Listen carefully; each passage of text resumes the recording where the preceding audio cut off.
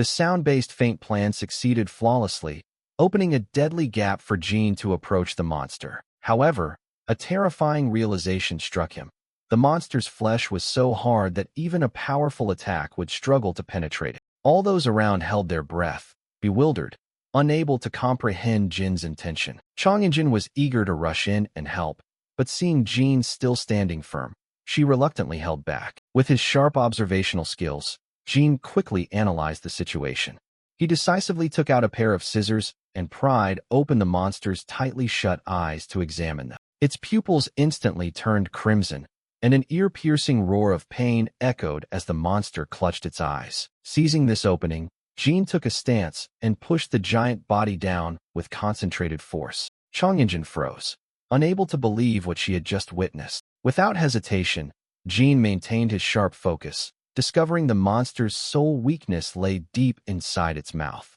He immediately shouted this to Chang Yinjin. Chang Yinjin snapped back to reality. Normal sword chi couldn't harm its body, but if aimed straight at the mouth. Understanding his intention, Chang Yinjin immediately mobilized her inner energy, her entire body shrouded in a faint yet powerful blue glow. She quickly leaped up, dove straight down, and plunged her sword mercilessly into the monster's mouth. She used all her strength to firmly embed the blade. The monster's eyes rolled back, and fresh blood gushed out torrentially. Amidst the shocking moment, Jean reached out and lightly touched her hand, as if conveying encouragement and reassurance. The two worked together, using all their strength to hold the sword firmly embedded in the monster's mouth. After agonizing growls, the monster finally collapsed and breathed its last. Both sighed in relief, cold sweat soaking their clothes, while everyone around was still holding their breath, waiting for the result. The dawn finally broke, ending a horrific night. After things had settled, people began collecting the bodies of the fallen, laying them out in a long, sorrowful line. Jean bid farewell to the two remaining escort warriors, Zhang and Zhong. He explained that the journey ahead was still long and he needed to press on urgently. They expressed their deep gratitude and wished him a safe and lucky journey. Before parting, Jean took out 3 thin booklets and handed them to them. He humbly said it wasn't anything special, but that it would be better than the usual 6 Harmony internal art, Luke Hoptom Fab. The warriors took the booklets and were astonished to recognize them as the Preservation Internal Art, Bao Tun Tom Fab, a highly valued secret technique for cultivating inner energy, far surpassing the 6 Harmony internal art they knew. Not only that, Jean had thoughtfully added several single sword techniques he favored. This Preservation Internal Art was the foundation that, in his previous life, helped Jean achieve power equivalent to 50 years of cultivation in less than a decade, elevating him to the ranks of the famed first-class martial artists. For Jean, these techniques were no longer necessary.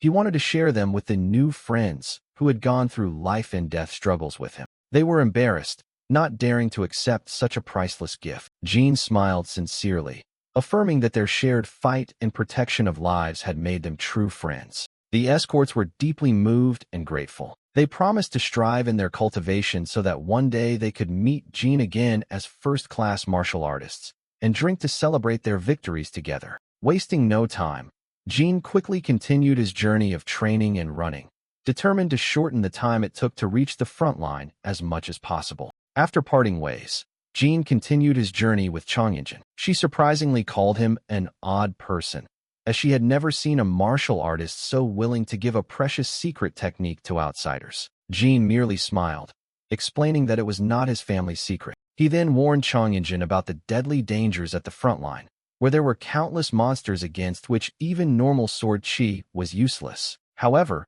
Chang Yinjin expressed her rock-solid determination.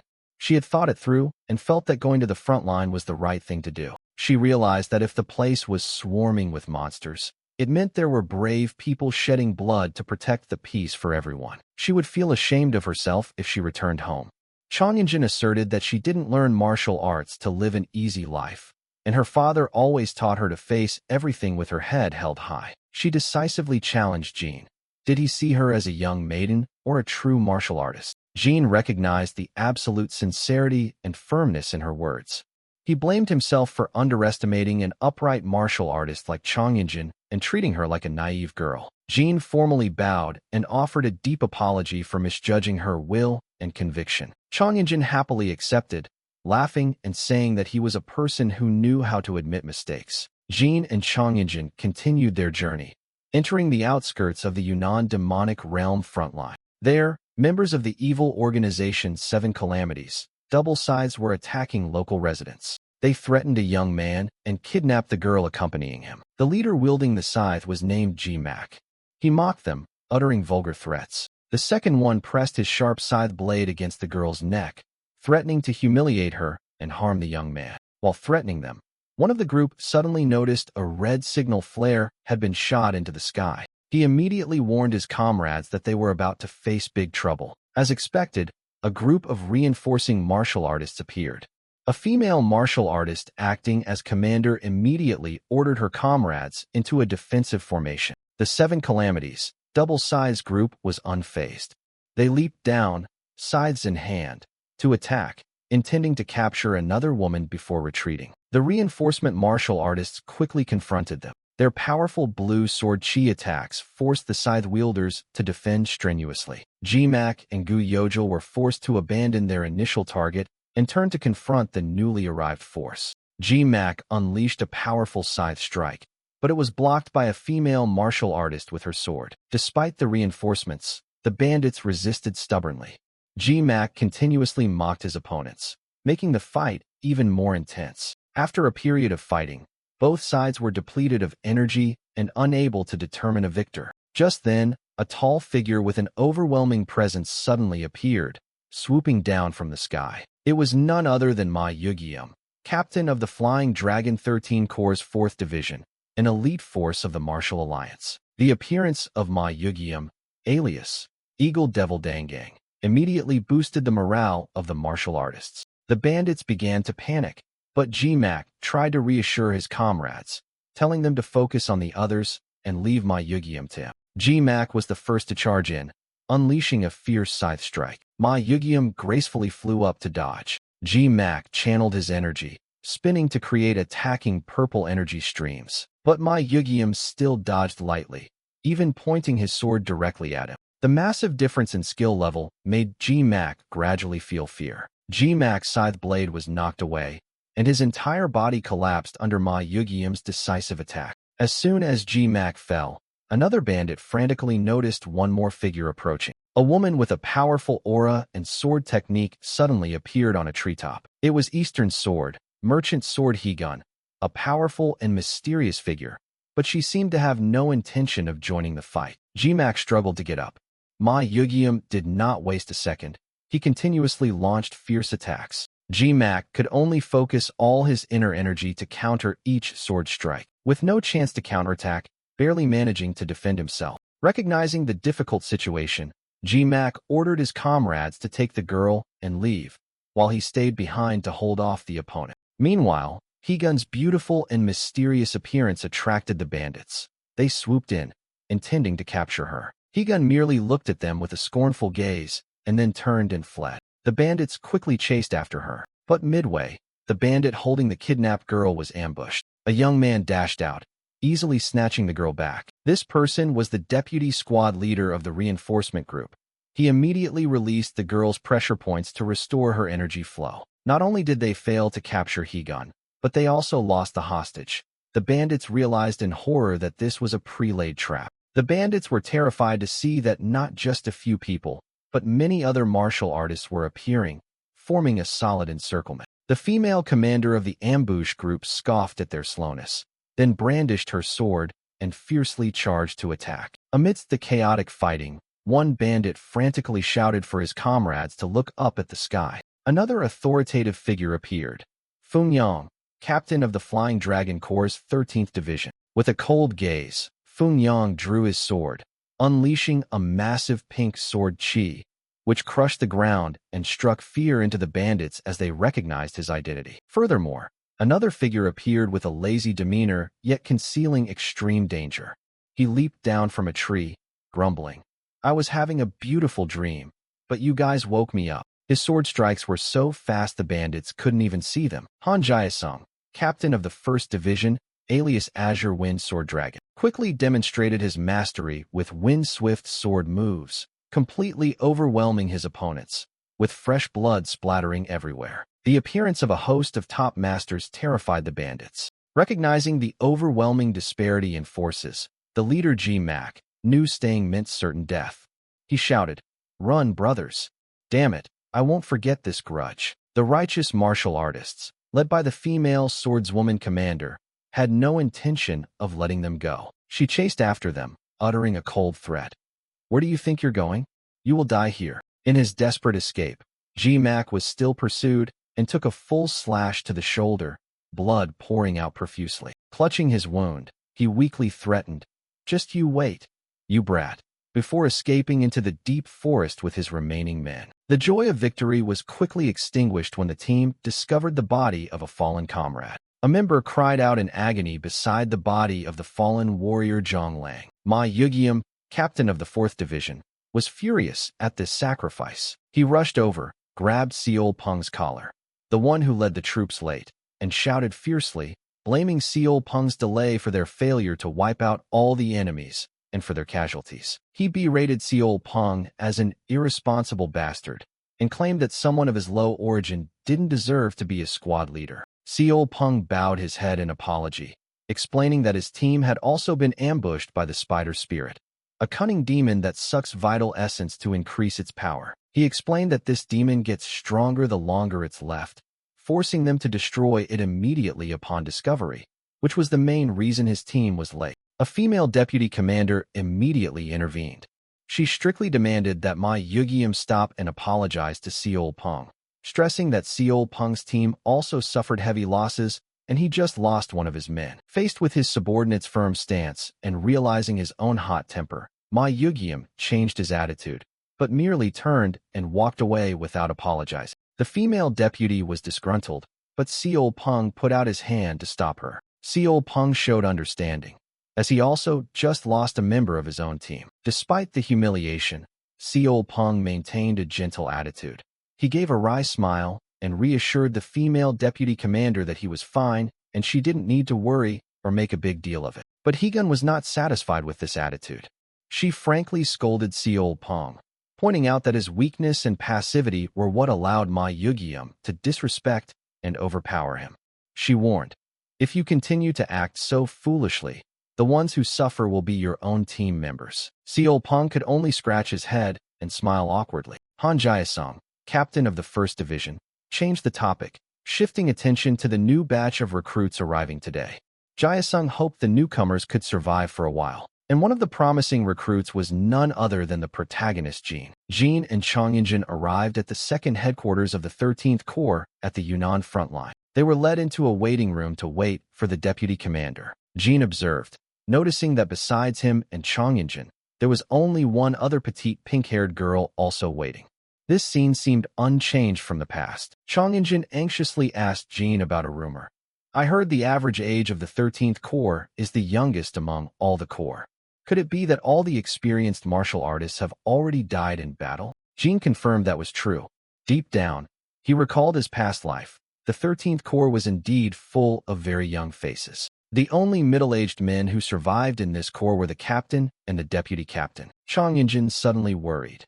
Isn't this place full of young martial masters who were forced into military service? The innocent pink-haired girl spoke up, asking, "Why don't the more skilled, more talented martial artists volunteer to join?" Jin, with a solemn gaze, told them the harsh truth about this war. "Because there is neither wealth nor glory here. What happens on the front line is forbidden to be revealed outside. Whether you achieve glorious merits or die a miserable death, no one outside will ever know. Though people say heroes disregard fame and fortune, in reality, people always avoid dangerous places that bring no glory. That is why this place lacks high-level masters." The person the recruits were waiting for finally appeared. It was Hyun Yongbo, deputy commander of the 13th Corps, nicknamed the Swift Wind Sword. Upon seeing his old acquaintance from his past life, Jin felt nostalgia mixed with amusement. Following his old habit, he asked everyone if they had heard of his great name. However, Chongyinjin immediately poured cold water on him by bluntly answering, "Never heard of you. Are you famous?" which left Yangbo dumbfounded with embarrassment. Hyun Yangbo saved face by explaining that there are many hidden masters at the front line due to a secret oath. Immediately, Chang Yinjin spoke up with an innocent look but words as sharp as a knife. She said she had memorized the names of all masters who reached the peak realm, and then asked directly, "Have you reached that realm?" This fatal question hit Hyun Yangbo's sore spot, causing him to startle and become speechless. Jean, standing next to her, secretly gave a wry smile, realizing this girl really knew how to hit people where it hurts on the first meeting. To hide his embarrassment, Hyun Yangbo cleared his throat and changed the subject, starting to review the files for team assignments. He confirmed Jin's identity. Xianhua Jin, third young master of the Xianhua family. However, when he read the next file, his demeanor changed from calm to astonishment. The name called out was Cheon Jun, the eldest daughter of the Guizhou poison sect. The formidable background of this girl made even the deputy commander wary. What surprised everyone was that the daughter of a demonic sect volunteered to join the front line managed by the Martial Alliance. All attention shifted to Chang Yinjin. Deputy Commander Hyun Yangbo looked at her file and frowned because her information was too brief. Name: Chang Yinjin. Sect and parents cannot be disclosed. Hyun Yangbo immediately lost his temper and shouted that those with unclear backgrounds were not allowed to join. He threatened to transfer her to another corps if she didn't reveal her identity clearly. Jean knew it was a lie, as he was well aware the deputy commander knew nothing about the true identity of Seol Peng, captain of the 7th Division, yet let it slide, only to now bully a recruit. Seeing Chang Yinjin in a tough spot, Jean stepped up to intervene. He released a shocking piece of information to silence the deputy commander. Jean introduced Chang Yinjin as a close friend of Jagal Seal, the one known as the Heavenly Wisdom Sword Peak. He emphasized, "You surely know about the Jagal family, don't you?" This name immediately had a powerful effect. Hyun Yangbo broke out in a cold sweat realizing this formidable connection. Jagal Seal was the strictly protected flower of the Jagal family, and the daughter of Jagal Jigong, the strategist of the Martial Alliance. Under the pressure of the Jagal family name, Deputy Commander Hyun Yangbo had to give ground. He reluctantly declared that he would overlook Chang Yinjin's unconfirmed background because of her connection to the Martial Alliance. The tense incident temporarily ended. Jean was extremely happy and relieved to know he was assigned to Division 7, commanded by Seol Peng. His memories of 7 years here included both good and bad experiences. In his past life, because he bore the reputation of the disgrace of the Xianhua family, Jean was despised, severely humiliated, and beaten by other members under the guise of training or initiation. For him, avoiding Division 4, led by the hot-tempered Captain Mayugyum, was great fortune, but being reassigned to Division 7 was even better than a dream. Shaking off the dark memories, Jean felt refreshed to start anew in this place. Seol Peng led the recruits into the room, and they met the current members of Division 7. Although Division 7 was more amiable, Jean still felt a little apprehension, recalling the unruly members who had criticized his appearance, likening him to a repulsive fat pig. Nevertheless, Jean still felt lucky to be back in Division 7 once again. The initial meeting was quite cordial. There were still amiable people, laughing heartily and joking around. But some people started contemptuously teasing. They openly mocked. "Another pig. Looking at our captain, what kind of decent recruit can we expect?" The old members showed no respect for Seol Peng even though he was right there, viewing him and Jean as the same kind of weaklings pushed into this division. During the humiliation, Jean was neither afraid nor hurt. He thought to himself, compared to the past, this is nothing. He even joked to himself that losing weight was the right decision. At least he wouldn't be called a fat pig anymore. Ignoring the taunts, Seol Peng patted Jin's shoulder, introducing him as the third young master of the Xianhua family, and asked everyone to help each other out. Upon hearing the family name, the old soldier's attitude immediately shifted from disdain to cruel mockery. They knew well about Jin's notorious reputation, sneered at his weight loss, and made the vicious remark that Jean should get fat again to be monster bait, which would be better. The big soldier, Ha Mujin, intended to step forward to teach the recruit a lesson as a customary act of bullying. Seol Peng maintained a calm demeanor and observed. The two well-meaning team members also jumped up, preparing for the worst. But Jean surprisingly proactively stepped forward, smiled, and offered his hand for a shake. "Nice to meet you, Hamujin. They didn't know that the current Jin was already a first-class martial artist with the mentality of someone who had experienced life and death. Hamujin was surprised because he hadn't introduced himself, while Jin, keeping his smile, yet with cold, sharp eyes, delivered a challenging punchline. I know. But first, let me give you a beating. Hamujin was extremely surprised and angered by the declaration of war. He didn't hesitate to charge and attack, but Jin was completely beyond his imagination. He easily evaded the crude attack. With just a single, extremely swift counterattack, Jin delivered a powerful punch, hitting Hamujin straight in the solar plexus. Instead of enduring it and making Seol Pung awkward, Jin chose to quell violence with violence. He understood that in this chaotic place, strength was the only thing that commanded submission. Mujin immediately collapsed, unable to move, his eyes filled with complete horror and disbelief at what just happened. The remaining men ran over to confront Jin, seeing the people who had just mocked him now acting all wrong. Jin wondered if he should punch the rest of them too, just for good measure. Amidst everyone's shock, a mysterious figure stepped out. Jin recognized the newcomer. The final bully had finally shown up. It was a man with an imposing appearance, neatly tied up hair, and a dark cloak. He looked at Jin with a challenging gaze, questioning what Jin thought he was doing here. Even though he clearly understood his contemptuous attitude, Jin maintained a cheerful expression, bowed, and introduced himself as a recruit newly assigned to Division 7 today. He smiled and recounted. The moment I arrived, those three kindly called me a pig and goddamn trash. So, I decided to return the favor with a punch. He turned and asked the captain, "What do you think, Captain?" The troublemaker who had just arrived was Ju Taekyung, a disciple of the Jiamcheng sect, one of the 9 great sects, ranked 9th. Given the sky-high self-esteem of a disciple from a major sect, Jin assumed he would never stoop to participate in the childish antics of his junior comrades. However, Ju Taekyung did not take Jin's side at all. He could not stand being just an unknown minion under Captain Seol Pung and had become a cancer in Division 7, dragging the 3 fools along to pick fights everywhere. Jin clenched his fist, painful memories rushing back. This person was the very reason his first love died. This time, Jin vowed silently, I definitely won't let that happen again. But his skills had already reached the elite level. Confronting him as a second-class martial artist would present immense difficulty for Jin.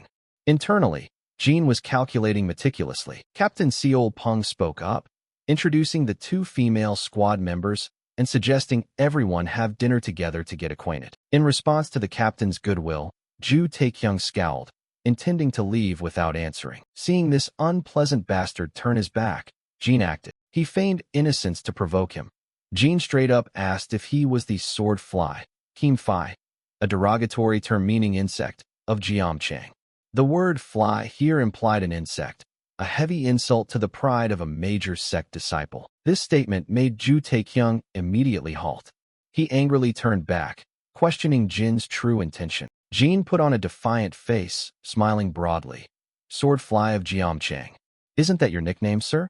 I was told that's what you're called. Publicly insulted, Ju Taekyung immediately flew into a rage, warning Jin that poor research leads to death, and made to draw his sword. Although Captain Seol Pung hastily intervened, asking Ju Taekyung to let it go this time, because Jin was a recruit. Jin's mocking attitude only made Taekyung angrier. This time, Captain Seol Pung remained calm, but his words were more threatening, suggesting that if Taekyung crossed the line, there would be severe consequences. Ju Taekyung sheathed his sword, but emphasized that by law, a second-class martial artist must pay with his life for insulting a first-class martial artist. Sensing that the situation was tense enough, Jin changed his attitude, feigned a bow, and said, I apologize, Captain. Jin explained that he acted because they dared to be rude to Captain Seol Pung, a peak-level martial artist, while pretending to be naive that he thought senior brother Ju Taekyung wouldn't bother with such trivial matters.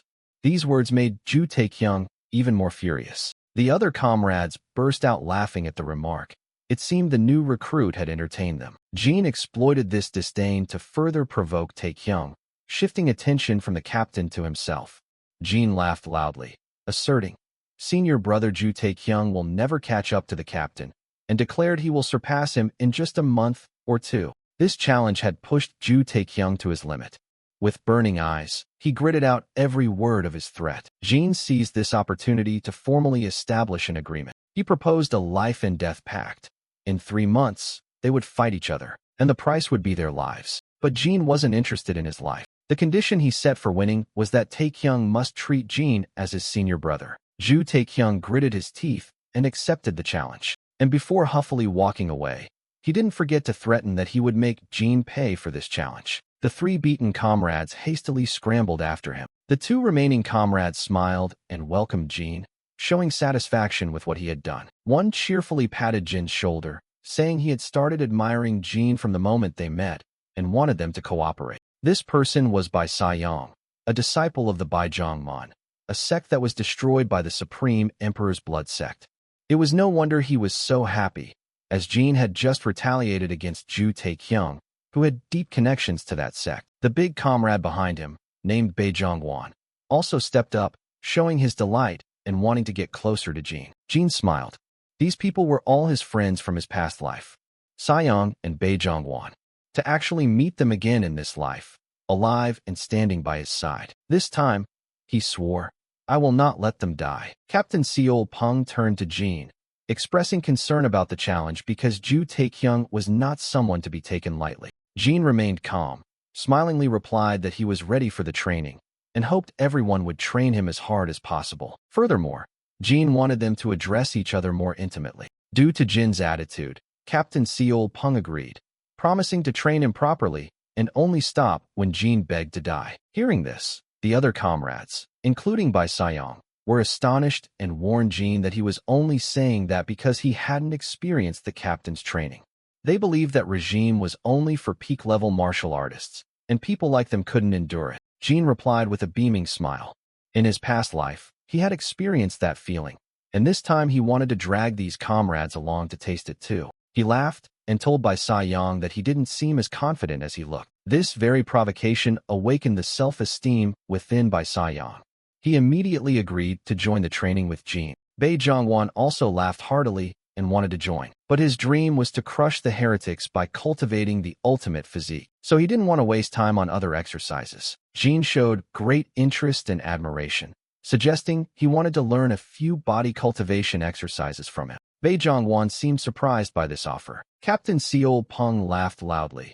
Realizing Bai Zhongwan had similarities with Captain Cho, both wanted to see whose skin was tougher when facing the heretics. In any case, Bai Zhongwan, convinced and perhaps also drawn by Jin's will, finally decided to participate in the training session. Even though they were just fabricated reasons, Jin successfully roped his 2 friends into joining the rigorous training course. The next day, all 3, along with Captain Seol Peng, entered the forest and began the training course.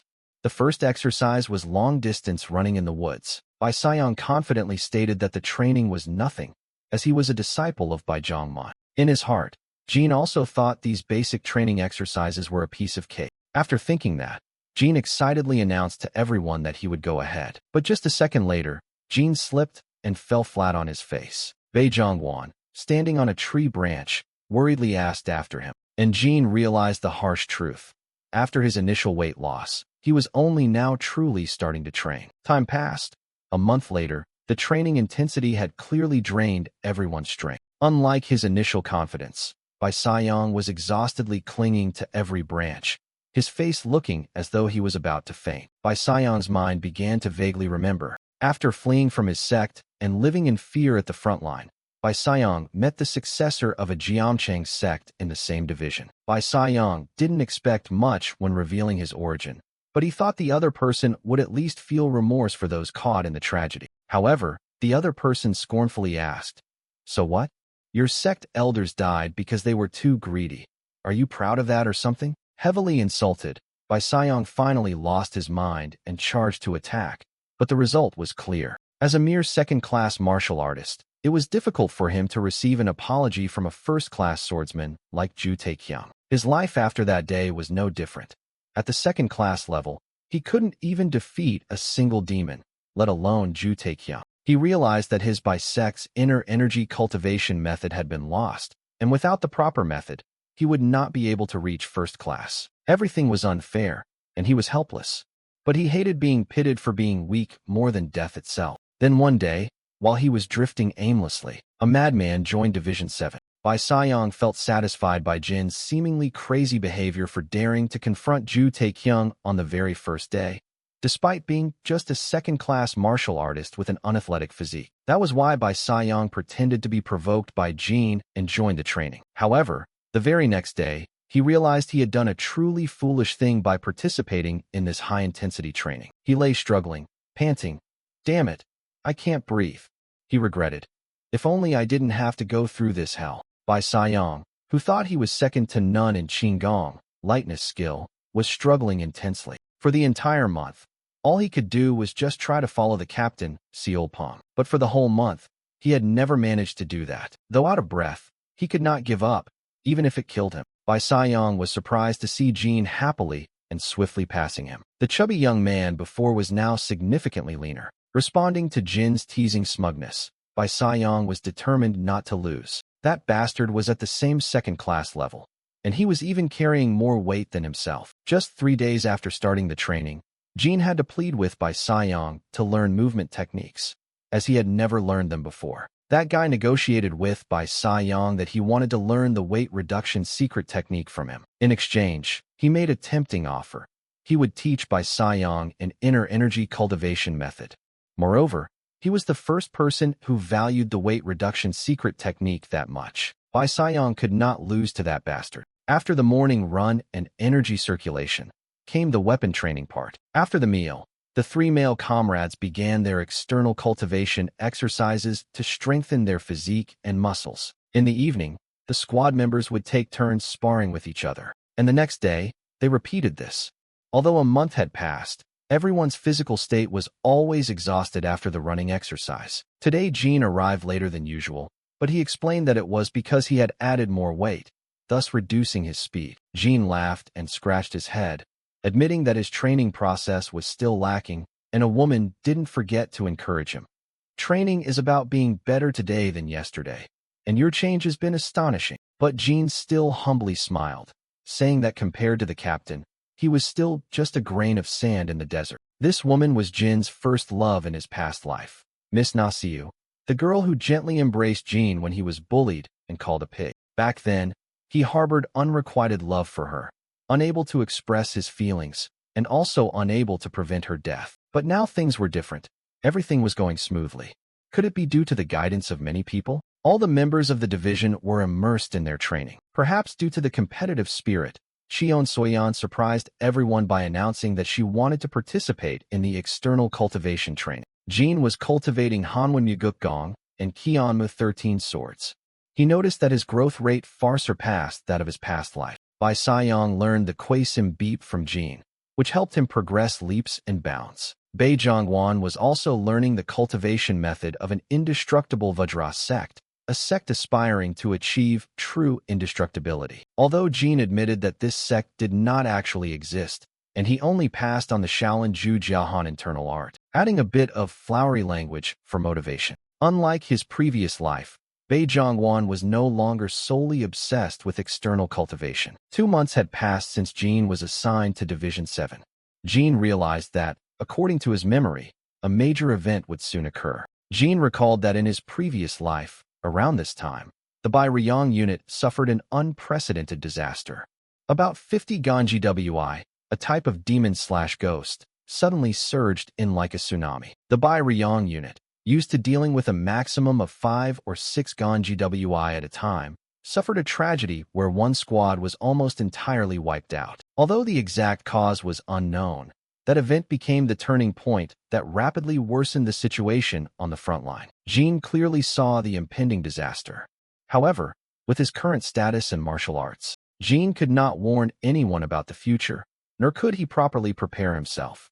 He felt extremely frustrated by this helplessness. Not long after, another squad, led by a blonde-haired captain who was always confident in his appearance, entered the forest. Trailing behind him was a line of tightly following squad members. With his self-confidence, he was annoyed because what he attracted was not girls, but annoying mosquitoes. He was annoyed because his handsome face was swollen from mosquito bites. He executed beautiful sword strokes that caused the surrounding mosquitoes to drop dead en masse. His comrades were extremely impressed, recognizing it as the 72-wave sword. The comrades even compared him to Han Jiosian, captain of the 1st Division, who was called the genius of the Chongxiang sect, and concluded that Han Jiosian's Azure Wind Sword Saint was incomparable to their captain. They called Han Jiosian the Blue Wind Sword King and likened him to a dragon, while calling their captain the Swift Monkey. The name Han Jiosian had reached the peak at just 20 years old, truly an inhumane bastard. But the girls still teased that their captain was very kind, and he also had long arms. Everyone laughed and joked about shipping their captain and deputy captain together. But the cheerful atmosphere didn't last long. Immediately after, the captain sensed something unusual. He ordered everyone to be silent and prepare for battle. He realized and told the others, something is coming. Quite a lot. Into defensive formation. Although the comrades took a defensive stance, they were truly worried because the number of enemies seemed overwhelming. Disaster had struck. A swarm of Ganji Wi demons, with bloodshot eyes, bulky bodies, and ferocious appearances suddenly appeared, surging towards them. The captain rushed forward to intercept, then signaled the deputy captain at the back to fire a signal flare. He fought bravely, slashing down the first demons. However, the overwhelming number of enemies quickly made the situation spiral out of control. He shouted for everyone to run and retreat. The signal flares shot into the sky. The demon attack was very dangerous. Not only was the number large, but there were also over 3 mid-level demons appearing. The team members gathered into a small group, struggling to fight and retreat through the forest. A demon that seemed quite strong advanced. When a soul demon focuses on something, it rarely distracts its attention. It charges straight to attack its chosen target. A team member still stood firm and resisted. Despite attempts to take it down, this was not an easy opponent. With just one hand, it reached out and blocked the martial artist's sword. The situation became more urgent. In fact, the best way to deal with demons is to work in pairs. One person intercepts to draw attention from the front, while another sneaks in to attack from behind. However, the number of demons was too large. While trying to intercept, another demon rushed out. The situation became increasingly dangerous. The team members gradually lost ground, their swords being seized by the demons one after another. The members of Squad 6 were now facing, for the first time, a greater number of soul demons than their own number. Under the enemy's pressure, the paired coordination strategy was broken. Instead of fighting in 2-person teams, they were forced to fight alone against 2 or more demons. Fear spread. Some members screamed for help. Person after person was facing imminent death. Panic surged. Many squad members died in the fight. The captain of Squad 6 tried to hold the formation, shouting, "Everyone, hold firm. Don't let the formation collapse." Just then, a powerful demon charged. This demon showed superior strength by blocking the captain's sword strike with its bare hand. The captain looked astonished and was caught off guard. With his sword blocked, the captain was forced into close quarters, hand-to-hand combat. He punched a demon in the face to counterattack. However, there was more than one. He was surrounded by other demons, continuing to struggle in the fight for survival. Using his skill, he continuously landed quality punches. Some demons were wounded and staggering, but the number of enemies was still very large. The captain of Squad 6, overwhelmed, realized the situation was out of control.